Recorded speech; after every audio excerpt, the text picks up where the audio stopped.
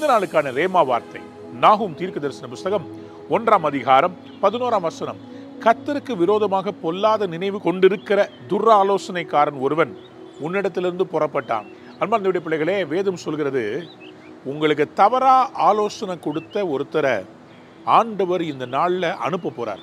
உங்க வாழ்க்கையில கர்த்தர் உங்களுக்காக ஏற்படுத்தி வச்சிருக்கிற நன்மைகளை சுதந்திரிக்க வேண்டும் என்றால் கடவுளுடைய ஆலோசனை உங்களுக்கு தேவை. வேதம் சொல்லுகிறது, நான் உன்மேல் கண்ணை வைத்து உனக்கு ஆலோசனை சொல்லுவேன், நீ நடக்க வேண்டிய வழியை காண்பிப்பேன். ஆனா சில வேளைகள்ல நம்முடைய நண்பர்களாக, உறவுகளாக, நமக்கு தெரிந்தவர்கள் என்று சொல்லி வருகிற சில பேர் அவர்களுக்கு கொடுக்கிற ஆலோசனை நமக்கு ஆசீர்வாதமாக இருப்பதில்லை.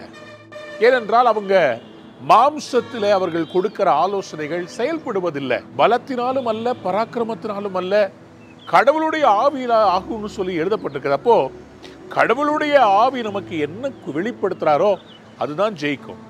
அப்போ நம்முடைய வளர்ச்சிக்கு சில வேளைகளில் தடை யாருன்னா, சில பேர்கிட்ட நம்ம ஆலோசனை கேட்கிறோம்ல, அதுவே தடையா மாறிடும்.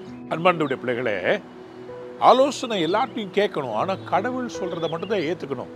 இன்னைக்கு கடவுள் உங்கள்கிட்ட சொல்றாரு, உங்களுடைய ஆஃபீஸ்ல, உங்களுடைய பிஸ்னஸ்ல தவறா உங்களுடைய கம்பெனிக்கு விரோதமா இருக்கிற ஒரு நபரை உங்கள்கிட்ட இருந்து கர்த்தர் புறப்பட பண்ண போறார். அது யாருன்னு கர்த்தர் உங்களுக்கு ஐடென்டிஃபை பண்ண போறார்.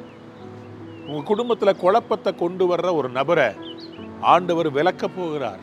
உங்களுடைய வேலை ஸ்தலத்துல குழப்பத்தை, உங்களுடைய போஸ்டுக்கு பாதகம் விளைவிக்கிற, புரளி பேசுகிற, தவறான ஆலோசனைகள் வழிநடத்துற சில காரியங்களை கர்த்தர் இந்த நாளிலே எடுத்து போட போகிறார்.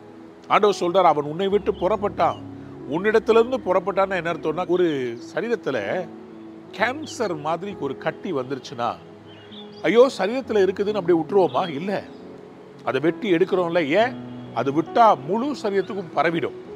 அது மாதிரி ஆண்டவர் இன்னைக்கு உங்க வாழ்க்கையில சில காரியங்களை எடுப்பார். அது வலிக்கும், வேதனையா இருக்கும், ஆனா அது உங்க நன்மைக்கு தான். அன்பார்ந்த பிள்ளையே, இலையை மரத்திலிருந்து கீழே விழுந்துச்சுன்னா யாரும் ஃபெவிகால் எடுத்து திரும்பி ஒட்ட வைக்க முடியாது. ஏன்னா அதனுடைய டைம் முடிஞ்சிருச்சு. அது மாதிரி சில உறவு, சில நம்பிக்கைகள், சில இடங்கள், எது உங்களுக்கு தேவையில்லையோ, தவறாய் இருக்கிறதோ அதை கடவுள் வெட்டி எடுக்கிறார். புதிய காரியம் தோன்ற போகிறது.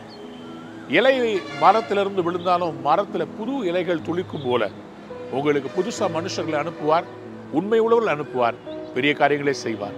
இந்த நாள் உங்கள் வாழ்க்கையில் நன்மைகள் சேரப்போகிற நாள், நல்லவர்கள் வரப்போகிற நாள். கர்த்தர் எல்லா கெடுதலையும் உங்களை விட்டு எடுத்து நன்மையால் நிரப்புவார். God bless you. Have a wonderful day.